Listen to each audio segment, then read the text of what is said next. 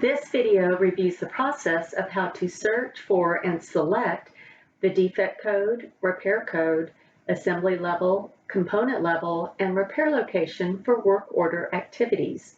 Mechanics, leads, supervisors, controllers, and senior controllers have permissions for this process.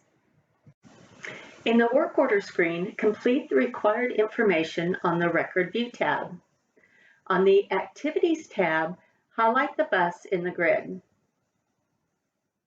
In the Activity Details section, enter the defect code.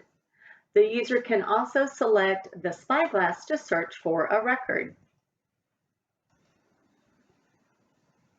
In the top search field, enter a few letters of the word and click the Enter key on the keyboard. Highlight the row and click OK.